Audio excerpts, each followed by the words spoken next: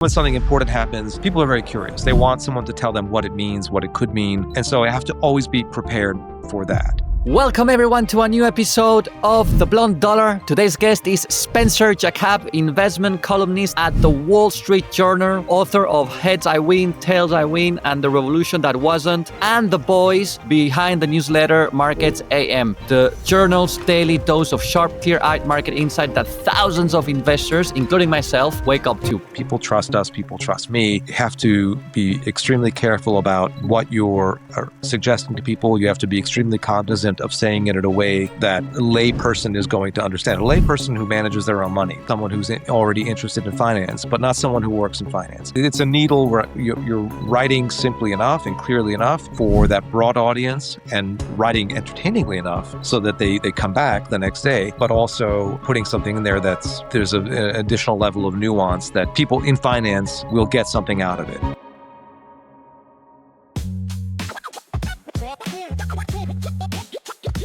This is The Blonde Dollar with Ignacio Ramirez.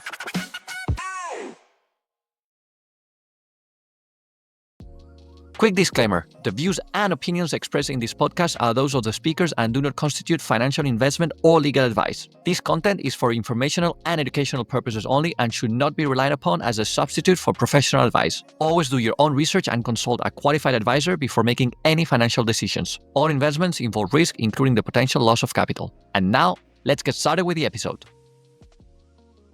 Welcome everyone to a new episode of The Blonde Dollar. Today's guest is Spencer Jakab, investment columnist at the Wall Street Journal, author of Heads I Win, Tails I Win, and The Revolution That Wasn't, and the boys behind the newsletter Markets AM, the journal's daily dose of sharp, clear-eyed market insight that thousands of investors, including myself, wake up to.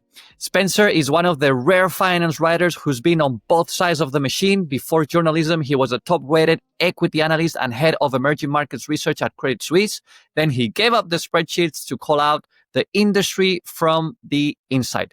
His work pulls no punches, blending behavioral finance, economic history, and sharp humor to explain why even smart investors often sabotage their returns. In this episode, we unpack things like how financial media dances with uncertainty and why the money might not be so dumb after all.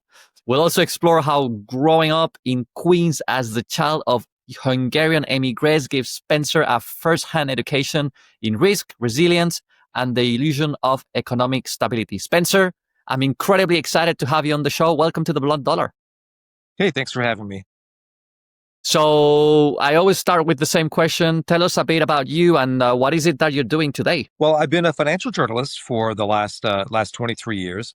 I write the Markets AM newsletter, which is a weekday newsletter at the Wall Street Journal. Before that, for almost 10 years, I was editing the Heard on the Street column, which is the main financial commentary column of the Wall Street Journal. Before that, I wrote some other columns. I used to write for the Financial Times, the Lex column, which is very similar to Heard on the Street. The Heard on the Street is modeled on that one. And then before that, I worked in finance for a decade, lived in Europe, and it was all the emerging markets in the region. Yeah. So big career change at age 33. But I'm glad I did it. If you do your math, I'm about to be 56. But you look 32. So that's maybe... Yes, I have the body of a 32-year-old. Thank you. Financial markets keep you young. Keep you on your toes. So for those of you that haven't read Spencer's newsletter, please, I invite you to subscribe right away. By the way, this is not a sponsored episode or anything like that. It's just that it's genuinely that good. Every morning, every day, because you publish later on in the day here in Europe, but every day I read religiously 3 newsletters. Yours, Markets AM from the Wall Street Journal. I read Unhedged from Robert Armstrong in the Financial Times, phenomenal. And then I read Points of Return from John Authors in Bloomberg, absolutely phenomenal. Well, those are excellent newsletters. They're both former colleagues. We, the three of us, worked on the Lex column together, and they are two of the sharpest minds and the best writers in finance. So you have very good taste in those two cases, at least. So it looks like it's a good school. the Lex column to become successful in writing financial newsletters. You know what to do. For listeners. If you're looking to become big in the world of financial newsletters, you got to work for Lex first. That's the place to be. So tell us, I mean, quite a big shift from working inside financial markets, like looking at all these instruments, to being more of a journalist. What pushed you to leave the world of spreadsheets and earning calls and equity models and go for a writing desk?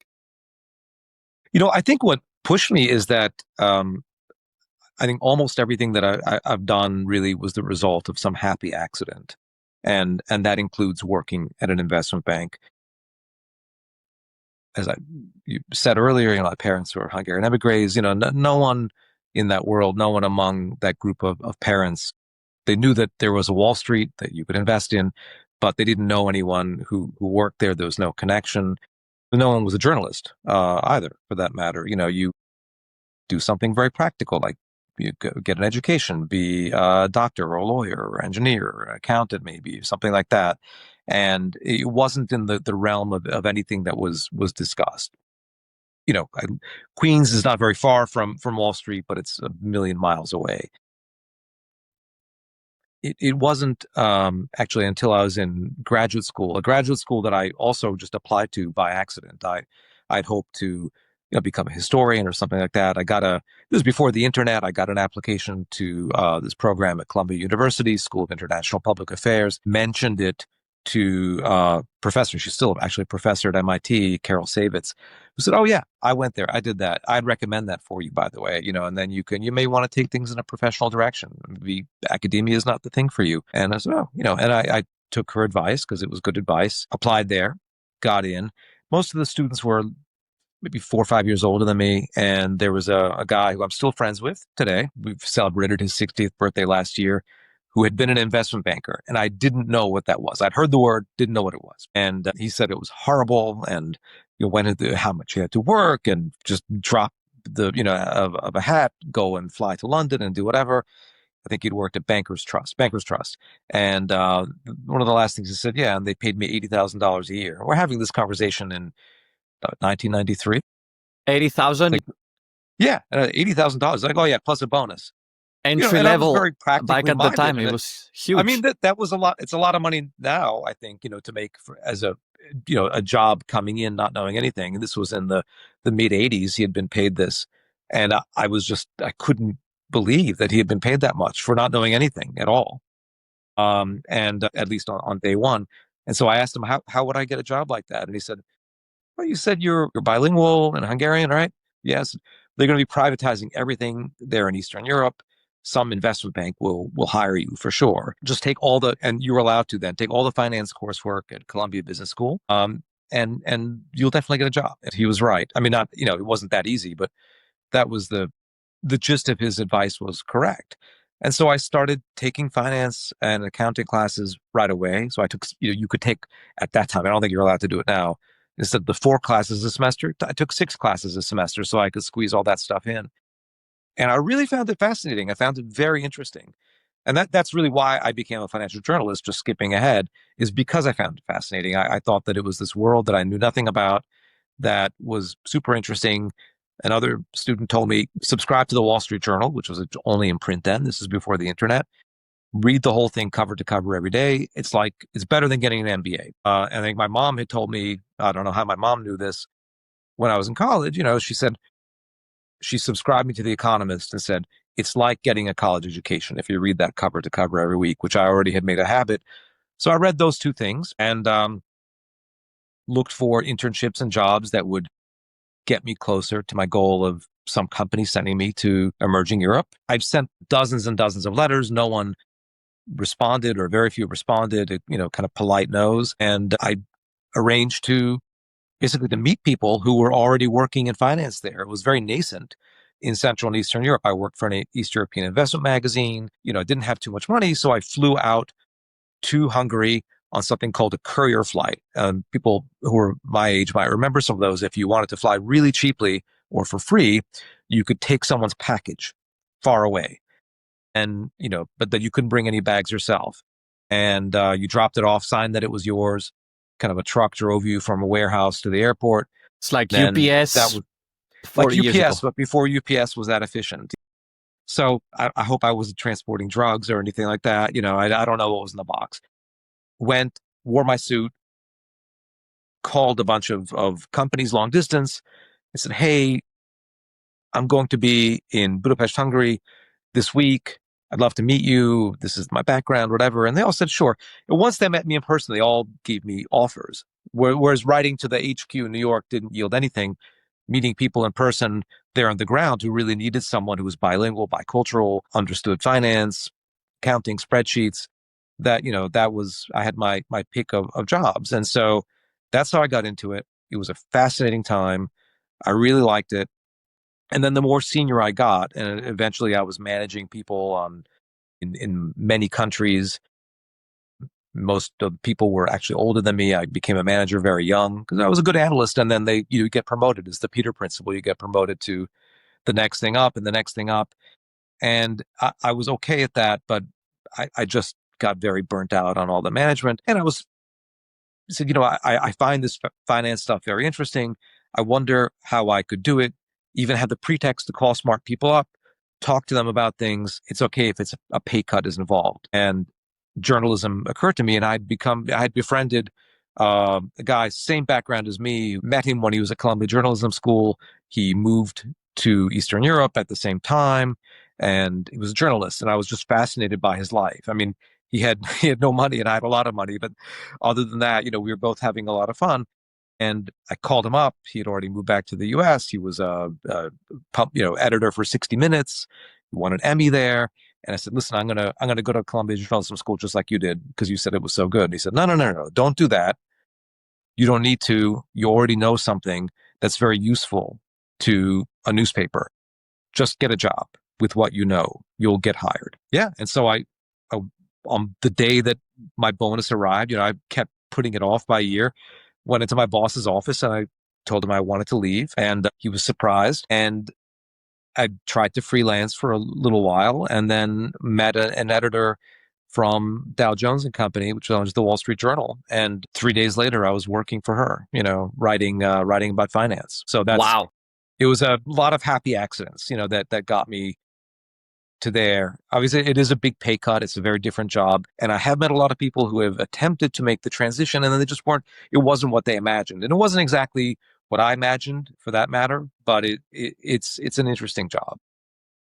I think it's a really interesting journey, and I really admire, because a lot of people dream of writing for a living, but very few actually leave the well-paying jobs in finance and actually do it. And you are clearly a successful example of that. So kudos to you. It's very, very inspiring. So you have been on both sides of the trade, as we were saying. First, creating this research and now questioning it. How did being a sell-side analyst shape the way you write about investing and markets today?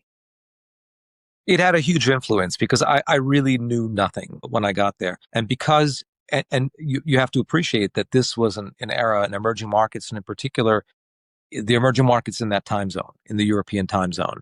It was the early 90s. I would go to companies. They had no idea what to do with me or what to say to me. I was big companies, and everything was handwritten, and they would tell me things that companies you really shouldn't tell me. Sometimes they tell me things that I just said, wouldn't be ethical to repeat. They had no idea. Like they'd say, "Can you take a look at, here's our earnings report that we're going to release in 2 days. Can you just, because was bilingual, like your English is so good, why don't you take a look at it?" It's like, you can't, I'm going to put this in a drawer and I'm not even going to look at it. They didn't know that, like, listen, I can't see your earnings before they come out, before everyone else sees them. That I don't think that's legal. Maybe it's legal in this country, but it's not, it's not okay. It would be unethical. Yeah. So it was an interesting time, but also you had to figure so many things out. And so with limited information to piece things together, you had to actually go physically and speak with people face to face. And that's important for journalism too.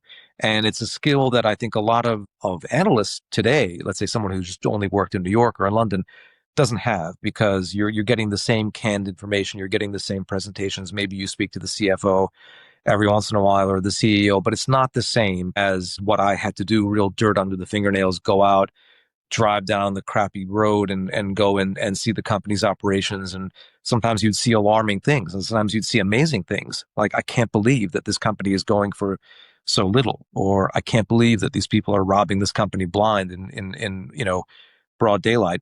So that was useful. And it's also useful in the sense that it gave me a certain confidence. Something happens, and then 30 seconds later, your phone rings and people are calling to ask you about the thing that just happened when you're an analyst. And you have to confidently give an answer. And that's something that I think if you're just a reporter, not that there's anything wrong with being just a reporter, but you're not confident doing that at all. That's anathema to what you've been raised to do with your objective, just the facts. Well, they already know the facts. What they want to know is the interpretation. The And being a insiders. columnist is about the interpretation. So it was very good preparation for being a columnist, because you have that arrogance to go out and state your opinion and say, I think that this means that. Wow, I like this part you're saying about the arrogance. I think that's spot on, and we're gonna get back to that. But what I wanted to tell you is that I've always admired people like you, like Robert Armstrong, John authors, because of how prolific you guys are. Like, you virtually come out with a new piece every single day. So I feel that in some ways, like, you're still doing research. It's just like a different type of research. It's a different audience. I wonder, like, do you see yourself as a journalist, as an educator, as a satirist, or as something else completely different? Sometimes I'm asked to, like, say, give a talk to trainees or something at the journal. And I feel like a bit of a fraud, because my career path is so unusual compared to most people there. I don't know if I should be kind of, telling them how it's done and give them advice. And there was a brief period of time that I was just reporting. When I first got hired, I was reporting. Not, I would say just reporting, because there's no just about reporting. It's a very difficult job. And there are people who are excellent at it. The Wall Street Journal, I'm working with the very best in the business. And, I really kind of listen, even now, try to listen to how they do it, how they ask questions, what they do, how they find things out. But being a columnist is a bit different in the sense that you can really take liberties. Not that things aren't, but instead of a scoop of fact, it's a scoop of insight. And so that's a little bit closer to being in equity research. But equity research, really, you don't have that many scoops of insight. I mean, you have much more opportunity to do that as a journalist, because as an analyst, if you had asked me in the middle of my analyst career, what was this company's EBITDA 2 years ago, out of these 12 companies I looked at, I think I would have told you right away to 2 decimal places, because, you're just staring at these spreadsheets so much. And it's very easy to miss the forest for the trees when you're doing that. Whereas when you are doing what I do now, which is, it is very hard, but I mean, I'm writing about a different thing every single day that broadly affects financial markets. I'm kind of an inch deep and a mile wide. I try to go as deep as I can. So I make sure that I understand what I'm saying and don't misinterpret or say something wrong. But it's 450 words. It's shorter than Robert or John's morning newsletters. And so I'm really trying to quickly distill something useful and important, and I'm looking at a different thing every day. I feel like sometimes I'm looking at things that reporters have written about at the Wall Street Journal, and I'll have a completely different take on it. And sometimes I'm right, sometimes I'm wrong. I like to think I'm right most of the time, but I mean, you're looking at it through a different prism. They are trained to not be subjective, just to be objective. Mm-hmm. And I'm taking a step back and not just listening to what the management just told me and 2 fund managers I just spoke with told me, but I'm looking at it myself. And sometimes, sometimes my conclusions are differ very widely from theirs. Yeah. So being an analyst was good preparation for that, but it's like being an analyst on steroids and having a much wider, kind of target rich environment, because you can write about so many things. How many subscribers do you have currently, more or less? Do you look at that at all? It's getting close to 500,000. Yeah. Wow. It's a very, very widely read. Very So, nice. and I'm 500,000, I love, as I said, I love John's letter in the morning. I love Robert's. Robert and I, we went out to dinner just before I started this kind of life as a newsletter writer. And he had some great personal advice about it. They're both, I think, writing for smaller and also more sophisticated audiences. So the needle that I'm trying to thread is, because it's such a very large audience, the Wall Street Journal is on there. Not that people don't trust, Bloomberg or the Financial Times, but the Wall Street Journal is this name brand in the United States.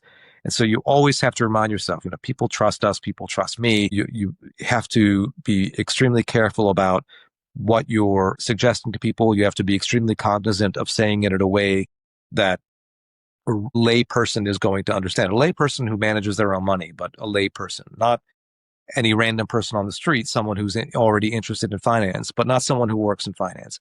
And at the same time, I'm trying to put interesting things in there that, and I have a lot of followers who work in finance who are very sophisticated and say, wow, that was a really interesting thing that you pointed out, or an interesting way of looking at it. Wow, I never really thought about that. So it's a needle writing simply enough and clearly enough for that broad audience, and writing entertainingly enough so that they come back the next day, but also putting something in there there's an additional level of nuance that people in finance will get something out of it. So that's hard, but that's what I try to do every day. I think I succeed most days, but some days I'm like, yeah, that was a little confusing, or I could have simplified it. I look back at it, a few hours later, I'm like, I could have said that in an even simpler way. I don't know if what I'm about to ask you is like a top secret kind of thing, but I'm curious about your how does your process look like, and what is your, how many of these letters do you write in advance? Do you do them like just from one day to another, or you do 3 or 4 of them at the same time, and you publish them whenever you have the final inspiration to close them up? How does it work? Hey there, quick favor to ask. If you enjoy the blunt dollar, the unfiltered takes, the stories, and the laughs, the easiest way to support the show is by tapping that subscribe button right now while you're listening. And here's my promise. If you do, I'll keep bringing you honest conversations, fresh perspectives, and the kind of finance talk that's engaging, insightful, and worth your time. Thanks so much for being here, and let's keep these great finance conversations going. Well, it varies. I'm less than a year into it. I started this in February, and so I'm still, my day is still evolving. Yeah, I would say it's a mix, because it's a mix of what people want to read, right? I mean, I go to sleep early because I start working at 4 a.m. New York time, and so 4:10 a.m. And so I was asleep when the U.S. had bombed the nuclear facilities in Iran, for example, or maybe when Israel. One of those had happened late enough at night that I was asleep, woke up, holy crap, And of course, the thing that I had written for that day, which is, I don't even remember what it was, that was spiked, and then I immediately began writing about that important thing that happened that day. The same thing with the postponement of Chinese tariffs happened late enough that I was asleep, got up. Well, I'm going to spike, or I think I stayed up. That maybe happened very late at night. So I stayed up until middle of the night and wrote a new one. So clearly when something important happens, people are very curious. They want someone to tell them what it means, what it could mean. And so I have to always be prepared for that. But I would say about 1/3 of the newsletters I write are something topical, something about to happen that day or the next, something that just happened. What does it all mean? And then 2/3 are thematic, things that maybe not evergreen. They're somehow tied to what's going on, but they're things that I write that, like, this could run whenever. I things that 2 or 3 weeks went by and I was just waiting for a slow day, and it was not a bad thing. It's just I was just waiting for a day to slot it in. So I try to have 2 or 3 things in the hopper at any one time, and I'm just reading all day and speaking with smart people, and that's my process. I know. I hope I'm not giving away, his secret sauce. Rob is a bit different. I don't have an assistant. He has 2 assistants. His is much more about what the smart people are saying. So he's looking for the smartest things and the most interesting things, and they're out there reading strategist notes, listening to podcasts, things like that, and then feeding him that stuff. And he does a great job of writing it up entertainingly, but it's a higher level discussion. It's like, what do the smart people think, and now what do I think about this thing? Mine is just me. I don't know what I would do if I had I was offered an assistant when I started this. I don't know what I would give him or her to do, because I've always just worked by myself. I think Robert does something interesting too, is that they always start with another topic different to the main topic of the newsletter, and they ask questions saying, send us your thoughts, and that creates naturally a lot of flow and ideas. I think that's pretty smart. So you don't have an assistant, but what about AI? I'm curious to hear. if, I mean, do the top financial journalists in the industry like yourself use AI in any part of this process at all? Or do you go the old fashioned way and do everything by hand? Yeah, I do not use AI to well, maybe I've begun to use AI to find obscure things. So I'm allergic to having AI say, this is that fact. You see so many things, even with the paid version. One of my sons asked us to subscribe to ChatGPT. He doesn't use it for schoolwork or anything, but he's very interested in, so it's not the base conversion of it, I guess. And so, I just use it for fun. I just like, give me a limerick about whatever, just to amuse myself. But I'll ask it, like, to explain something to me. I mean, there's not I'm not as conversant in every area of finance. For example, I recently had to give a talk about central banks and central bank balance sheets and things like that to a group at the Journal. I was like, that is really something that I know a little bit about, but I don't know in detail, certainly not enough to speak about it for an hour and a half. So I asked it to explain and summarize a bunch of things about ample reserves and scarce reserves. And, I was a little bit out of date in terms of the different overnight facilities and things like that, the overnight RRP. And so it explains stuff. So that was useful. But if it's something that I'm going to be writing about, I'll always go to the primary source material. Like, it will get things wrong, like, it'll say last Thursday, January 23rd. I'm like, well, last Thursday was January 22nd. So you already got that. You already got the date wrong. If you got that wrong, what else did you get wrong? I can't do that. I can't make a factual error and then blame AI. That's not okay. Um, so yeah, that I go to it's faster at finding original source material. And a lot of journalists do use it to, like, go into this 310-page securities filing and find this thing and summarize this thing for me. It's really good at that. So I'm not doing as granular reporting, but I mean, I think I can see myself using it for that in the future. It is amazing, but I just my comfort level is not very high with it, I have to say. I feel like a bit of a Luddite, like I've been like getting left behind. I want to just take a week off and take a vacation and go somewhere with just me and ChatGPT and all the different Claude and the AI models, and just read everything that I can read about it and understand how to use it better for work and for just personal interest too. Yeah, I mean, if you ever need help with that, we can take it offline, but super happy to help because I use it a lot. But I get your point. I mean, your newsletter goes to 500,000 people. So yeah, AI has hallucinations. Sometimes like things are not exactly 100% correct and you don't want to risk it. But I was thinking maybe more than to gather information, just to help you with the actual writing style, correcting typos and things like that. For me, like, that's the most straightforward use case for a journalist. But yeah, interesting in a way, like in a completely different scale. But I do face a similar type of pressure to yours when it comes to creating content. You publish um, a daily column on the Wall Street Journal, or newsletter. I write every day a post on LinkedIn. Obviously, a lot less professional, a lot more casual, No, nothing comparable. Ignacio, I read your feed. You post lots of interesting stuff. I'm going more and more to LinkedIn. Actually, it's not a commercial for LinkedIn, but I like it more than the other social networks now, because people who come there for business, and you point out really interesting things. So there are like a dozen people who I pay very close attention to on LinkedIn, because I'm always, I need to write something every single day. I'm running like 190 things a year, and so I'm just always looking for something to at least point me in the right direction. Hmm. So it's great stuff. I mean, I think X I use much less because it's such a cesspool, and then Yeah. I don't really write too much there, and then you do, and then, like, the next 8 things are like, I use John Smith for, he's been great, like just some crypto, pointing you to some crypto Yeah. scam, or someone.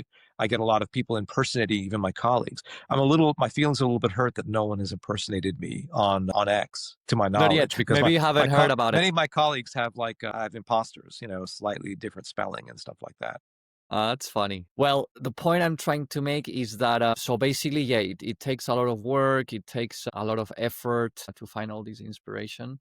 But now with social media, you have like random people like myself who are not professional journalists creating a lot of content, and obviously there's some valuable content out there, but there's also a lot of noise and things that are not so, let's say, accurate or well written and so on. So what do you think the future of financial journalism is going to look like in a world where everyone's attention spans are collapsing, where we're getting more and more people writing about markets on socials, and where basically there's more noise overall?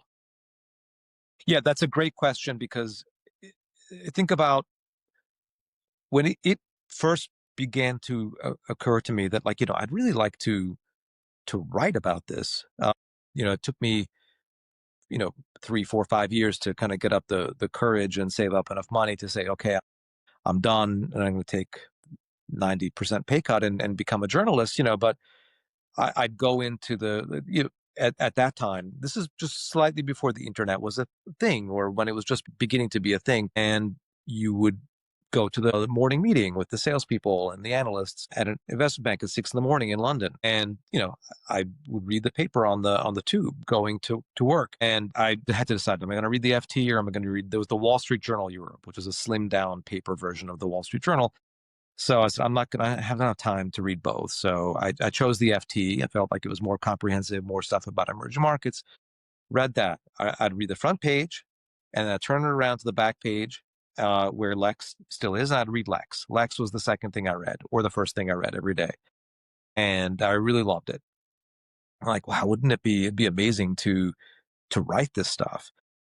But it was very important. Like if you showed up in 1994 or whatever at an investment bank's morning meeting and you had not read Lex, and then someone said, what do you think about that thing that Lex said?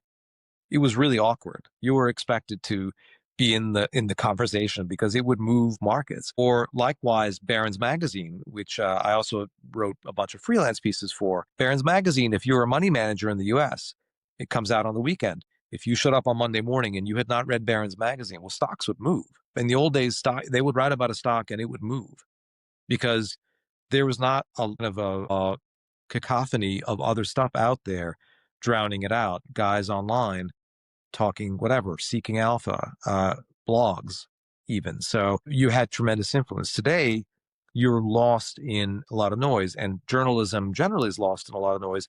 And the economics of journalism have been very negatively impacted. Like the Wall Street Journal is probably the most immune to it, but it's certainly not immune to the economic pressures faced by journalism created by, well, most recently by AI, Mm-hmm. ChatGPT and LLMs, but just just the way that people come, the social media kind of throttling back direct links to newspapers, to outside sites, that has really, really, really hurt the web traffic, which is Mm-hmm. why the Wall Street Journal and all our competitors are very excited about newsletters, because it's a direct relationship. It's not circumvented by that. And what people enjoy is that direct relationship.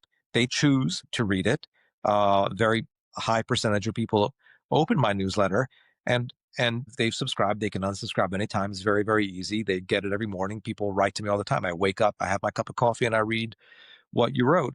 But also, it's not dependent on anyone else's network or delivery mechanism. It goes to their old-fashioned email. Mm-hmm. That's how they get it. And so it's this old technology, not that old, but it's this old technology that gives you a direct connection. And so that's why they felt it was important to have one person, except when I'm on vacation, to have one person write it in the same voice. Mm-hmm. Because people, just like with the podcasts are very similar, I think, that way, that people get used to literally your voice in a podcast, and they do get used to figuratively your voice in a newsletter. They feel like they know you and they trust you and they like hearing from you again and again, like you're the guy who explains this crazy stuff that's happening. And so I think what's old is new again, in a way, in media. Everything's changing, but some things that were seen as dowdy and old fashioned are now cutting edge again. You were talking about AI. I'm curious to hear, what is the mood within the world of journalists right now? I mean, obviously, I'm sure you cannot disclose what your colleagues at the journal are saying specifically, but let's talk about the broader Mhm. journalism industry. How are you guys feeling about this whole thing? Do you feel all going to lose your job in a couple of Mhm. years? Do you see it as a compliment to to your current skills? Are you optimist? Are you pessimist? Because I feel it's one of the industries that is very likely going to be, as you were saying, disrupted over the coming years. Mine too, by the way. I'm a fixed income advisor, and I see, massive implications of everything going on at the moment. But I'm curious to hear, like, how are journalists taking this? Is it the end of the world for you, or is it just like an exciting evolution that is going to make your life a lot easier and your job a lot more interesting? No, it's stoking a lot of anxiety. I don't think I'm giving away any secrets in saying that. One of our competitors, Business Insider, in one day let go of a fifth of its editorial staff, and they cited AI.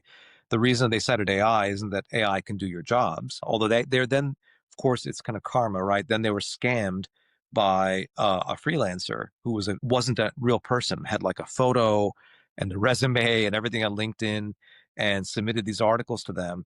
And it turns out it wasn't a real person. It was just it had pulled a bunch of stuff, and they were getting paid, and they kind of found some unusual can you please pay me this way? So it wasn't, the person does not exist. They don't know who was behind the person, but someone wrote a program and turned out some articles. Of course, it was the way they found out is that the articles were, had errors in them, and had made things up. But you know anyway, they let go these people, not because of that. They let these people go because how these LLMs affected traffic to them. And they, in particular, are very dependent on SEO, on search engine optimization. And the Wall Street Journal less so, because we have so many subscribers. But they were really dependent on that. And so that affected them. But it is affecting everyone in journalism, where you ask something, it scrapes a few articles and sources, summarizes it, and then a lot of people don't bother going to the source. I mean, I always do, not just out of loyalty to other journalists, but because I'm not going to trust what the AI found the thing for me. Now I'm going to read it and see what it said. And then even if, like, I go to Bloomberg and Bloomberg said something, I can't cite. I have to go and find the thing out myself, or go to the primary source material. So I'm going a few layers in, but it does speed things up. I don't think people are excited about it. I think that there are a few people I've spoken with who are excited about it, but I would say most people are not excited about it. They're learning or attempting to learn or using it, certainly not for writing. I've never used it to write or correct anything, because I've just edited for so long. I don't need a kind of, I find that the things that are written by these LLMs, I personally find them very bland. Mm. And, I think you can kind of tell, but, sometimes I'm surprised, like someone will write a reply to something I wrote on LinkedIn, and like, wow, it's like a reply, like as if it were a reply to a different post, paste the wrong thing. And it's because it's AI writing it for them. It's like, well formulated. There's a beginning, middle, and end. But like, what are you even talking about? Like, they kind of misinterpreted what I said. So apparently some very high percentage of things that people write there are written by AI. So like responses, like why do you need to engage? I don't really get that. I kind of understand why, but that just seems very embarrassing. Write it, it doesn't matter. You might not be a native English speaker. That's fine. Just write it the way you would write it. I mean, the point is what you have to say, not how you say it. No, 100%. And by the way, I mean, using AI is fine, but using AI within automations, at least on LinkedIn, is forbidden by the terms and conditions. So not recommended at all, because you can basically get your account banned, and it completely defeats the purpose. We haven't talked, by the way, about your books. Let's spend a bit of time talking about that. So you wrote 2 books, I believe. I don't know if you've written more, but the 2 I have in mind, it's Heads I Win, Tails I Win, and The Revolution That Wasn't. Can you tell us a bit about these 2 books, and what's the message that you were trying to share with the world? Hey there, quick ad break. Do you work in the finance industry and have a genuinely interesting story to share?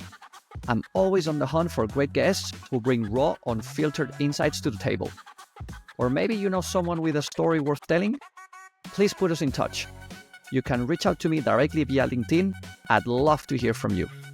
And now, back to the show.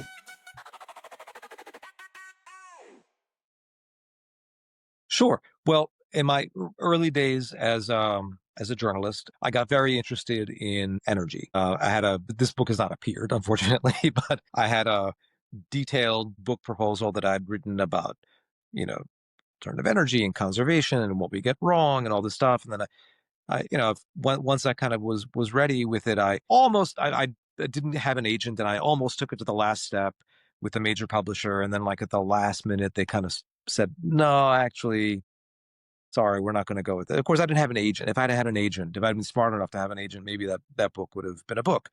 But whatever. And so I just got too busy, and so I didn't pursue it. And then years later, I was like, it'd be nice to revive that book. Found a guy who was an agent. He said, "I know who you are, sure."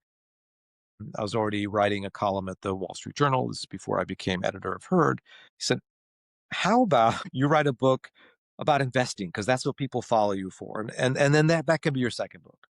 So maybe it wasn't a great book idea. Like, it was interesting to me, but it might not have been interesting enough to be a huge commercial hit. And I was like, well, I didn't really have it. I said, no, because that's what people follow you for. Your first book can be about how to make money in the stock market. And then your second book can be about this energy thing that you have already like have half the book written, basically. Like, okay. So I wrote a proposal.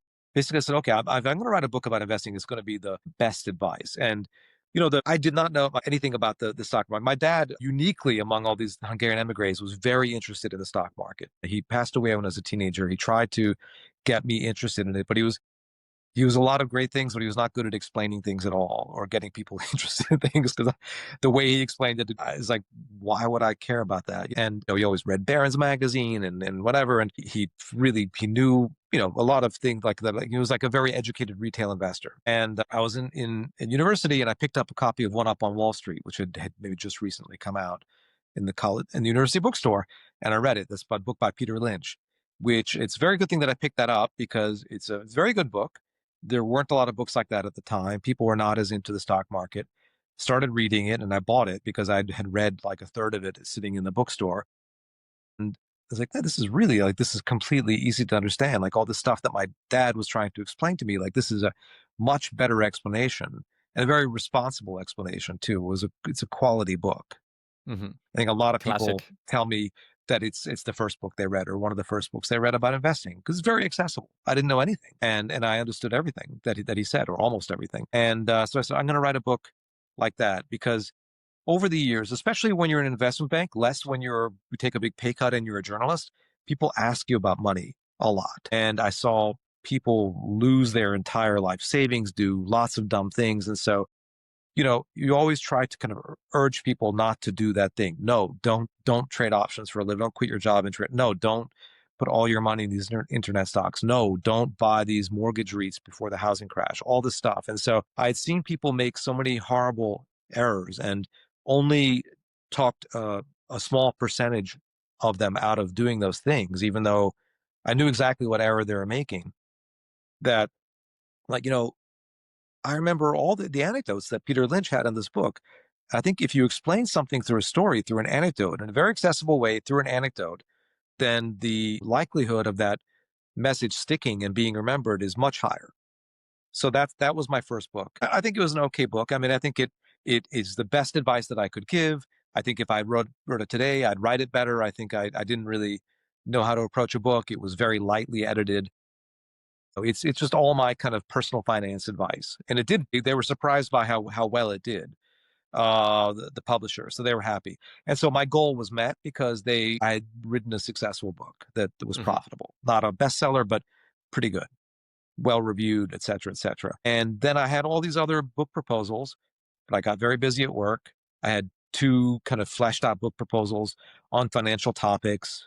I still had that original book, which I kind of had kind of going to resign to never seeing the light of day. None of them were that exciting. I was home during the pandemic. Sorry, this is a very long answer to your question, Ignacio. I was home during the pandemic, and my oldest son, who was still at university then, came over to me. He was also home studying remotely, and he said, "Dad, are you going to write something about GameStop?" Hmm. What would I read about GameStop? And I look it up, like, oh, it seems to have doubled in the last day, and doubled the day before that. So this was before it was getting into, being written about, but it was happening, it was unfolding, and he knew about it. He was on Wall Street Bets, and another son of mine was on Wall Street Bets. I have three sons, and I said a friend of his had bought it. So, well, I think he should sell. I mean, like it's gone up a lot, and this company's not worth that much. So no, no, no, he's not going to sell. What? He's not going to sell until what? Until it doubles again? So no, no, no, he's not going to sell, which just doesn't make any sense. Those words coming out of his mouth didn't make sense to me. And that was the diamond hands ethos of this group. And I was like, what are you talking about? And so I started reading about it. Said, this is crazy. This is like a stock market corner happening legally, basically, out in the open through social media. As stock corners, as you know, and a lot of people listening to this have been illegal for a century by that point, or almost a century. And I have to write about this. This is crazy. Whatever this is going to be. So I wrote an email 10 minutes later to the acquisitions editor at Penguin Random House at Portfolio, the business imprint. She wrote right back to me, oh, I haven't heard of that. Do you have a proposal? Like, no, this is happening now. And yeah, I basically said, well, send me a proposal. And so I did 2 all-nighters in a row, by which time it was in the news. And they were like, well, yes, we want you to write this book. Like, it was the quickest negotiation ever. Yeah, and I spent the next, well, I wanted the book to come out 1 year after the events of the GameStop mania. Mm. And because of Omicron, it came out a week later, unfortunately. I got close. Unfortunately, I had like my CNBC interview and all these things, slated for that week. There was the, January 25th, that the anniversary. But yeah, the book is about that.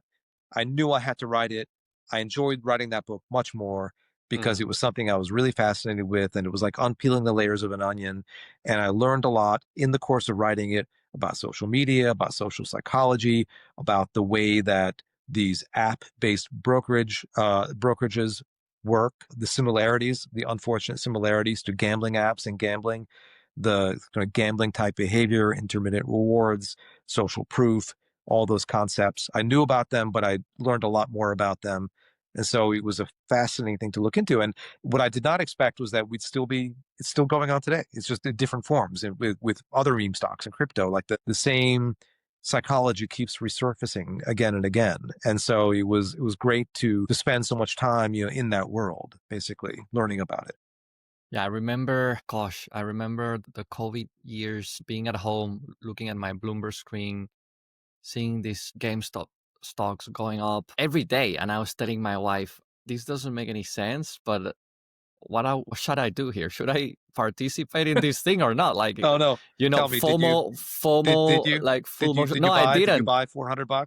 I Tell me. didn't buy anything at all, but it was hard not to because it was literally taking all the space on literally everywhere. Everywhere you looked at, everyone was talking about this. It was the most traded security in the world, briefly. Yeah, every day It's a you logged crafty in on little Bloomberg retailer, and it was again like 20% up, 30% up, 40% up, and Yeah. you're like, oh my goodness! Like even if this doesn't make any sense, like but I didn't. I don't know if it's a good or a bad thing. Like I know a lot of people made a lot of money with it, but I felt something was off, so I didn't touch it. Well, timing is everything. Depends on how soon you heard about it, I guess. If Exactly. you were like a lot of people who are like, I'm not going to sell on principle because they had this like mistaken belief that they did squeeze, they put a big hedge fund out of business, but they had this mistaken belief that if they never sold, then no one in that group would sell. And that wasn't the case. They weren't all that disciplined. Then they would be like they would go to infinity or something. So it was not a super duper educated group of people, but it was also a really nihilistic group of people. That was the weird thing. Not my son's friend, thank goodness. He's a normal, well-adjusted kid. I've known him since he was as high as my knee, but he's very successful, doing well, working for a major tech firm. He just kind of, he got drawn into it. But there are a lot of people who still are very, very bitter about it and think that some crimes occurred and there was a conspiracy, and there's nothing you can tell them to convince them otherwise. So I learned a lot about this kind of conspiratorial thinking too, which is the dark side of the whole episode. Yeah, and so there are people who my sons warned me, said, you have to take some precautions, before this book comes out, before you start going on podcasts and stuff like that, talking about it. So there was a consultant who basically kind of, I don't know, hardened Wow. online profile because they'd spoof your sim and then send your whole family death threats or order pizza in the middle of the night or put you on Tinder or Grinder or whatever, like do all kinds of things to kind of mess with you. Didn't do those things to me. They got a lot of like, if you see like a really, really horrible review on Amazon of the book, 90% odds it's not because they read the book and thought it was horrible, because they didn't read the book and they were instructed in some forum to leave a bad review. That's not nice, but I mean, it's whatever. It could have been much, much worse, but it's just a very kind of weird group of people with which to interact for sure. And obviously, I mean, this whole thing taught us a lot about behavioral finance and her psychology. And talking about psychology and the behavioral minefields out there, I wanted to ask you about maybe more a question more related to your first book, but because you've written that a lot of smart people, maybe especially the smartest people, often make the dumbest investment decisions. And I think that's an interesting concept. Why is intelligence not enough when it comes to being a successful investor, in your opinion? No, it's unfortunately it's not enough. It's a very boring thing to say. I mean, like what people want to hear is buy this in this way, sell this, avoid this. They want specific advice, or they want very specific instructions on positive actions that they can take. But if you, let's say, two scales here, and I have things you shouldn't do and things you should do. The things you shouldn't do vastly, vastly, vastly outweigh the things you should do. So the typical investor costs, and the more active they are, the more this is true. And this is borne out by many, many studies. It's not just my opinion. Typical investor lags their potential return by 1 to 3 percentage points per year in terms of the same asset mix, what they could be earning. Because of psychological foibles, we're not wired to do it. I mean, that's well known, prospect theory and things like that. Over trading, fear, greed, and then just misunderstanding the fine print. So overpaying for things. Today, those products didn't really exist or only began to exist. You had the inverse leveraged ETFs and things like that, which decay over time, but you have all kinds of new products coming out that promise you some great yield. And then people don't understand that it's not really a yield, that you're paying yourself with your own money, that there's this decay in the net asset value of the thing. Or people will buy, one of these Bitcoin holding firms at, twice or three times the value of the Bitcoin that's in them. I mean, all kinds of really elementary things, which is clearly that's not going to be, it might go up in the short run. It's not going to be a good long-term investment. Buying it either because you don't know what you're doing or on the best advice that I can give people is what not to do. Don't do this. Don't buy that. Don't be too active. Forget about it. And if I give you the example of my mother and my father, my dad would bore my mom to death with like in this P ratios and this and that, and like, and look at this thing that I read about in Barron's magazine. She just didn't care about that. She didn't buy any stock. But she My still dad loved him. was, yeah, I mean, no, but I mean, he was, she kind of learned about it by osmosis because he would talk about it so much, but he was the only one in that group of emigres that they don't had any money, and so they were like, that's great advice. Now, once I get some money, I'll buy what you said. But, certainly in the early days, they all worked hard and did fine, but, you know, then I got to my dad already had died many years earlier, and I was managing director, or maybe director at that point in an investment bank. Brought my now 26-year-old son, he was an infant, home. The peak of the dot-com bubble. Brought him. I lived in London. Brought him to Queens. I'm sitting in the house. My mom's friends are there. Like, oh, it was like a late middle-aged Hungarian lady, and you're holding a baby. It's like a meat in front of a lion, right? They're gonna devour. They can't help themselves. It's a baby, and they showed brief interest in the baby, and it started asking me about the stock market because I worked in that, and they didn't know anyone else who worked in that. They're all watching CNBC a couple of hours a day, my mom included. And they were so much in the grip of this thing. It was the classic, classic, classic warning sign that the end was there. That they were all, and then I told them, like, listen, I think that's very risky. And this internet incubator and Lucent and Juniper Networks and whatever else they're telling me about, the big score they made. And then they were lecturing me like, no, no, no, I made a lot of money. They didn't know what they were buying. They didn't understand what they were buying. They didn't understand what they were doing. They had no perspective. And it was very, you could only push so hard. I mean, these are women who like wiped my tush when I was a baby. You're not going to sort of yell at them and tell them, then they left. And then I sat down with my mom, like, can I just take a look? Because I had encouraged her to open a brokerage account and invest her money many years before that. And she knew everyone on CNBC. As soon as someone smart came on, sounded smart came on, she'd bought that thing, and she had made like a fortune, like buying these stupid tech stocks, like some really stupid ones, and she never sold anything, so that was good. She just bought. She didn't know you could sell to or whatever, and then she knew, but she didn't occur to her. She just when she got a little bit of money, she'd buy the next thing. I said, you have to sell all this junk. Like, she's like, how much I'm gonna have to pay in taxes? Then don't do it. And so she did what I said, which was a gigantic stroke of luck for her very comfortable retirement. And in the end, she had opened some other account that she forgot about. And she bought two stocks in that account. We didn't find out about it until very recently. She just had forgotten that she'd opened this account. Her best friend told her she should open the account when you could first trade online, and then she forgot, and she moved, and we had used an old email address. So she said, I got a letter in the mail and I have to pay a capital gain on this stock that the guy owned and got bought out. Like, well, that's great. That's good news. Well, he said, I bought another stock too. Like, what was the other stock? Amazon. So she bought Amazon in the late 90s.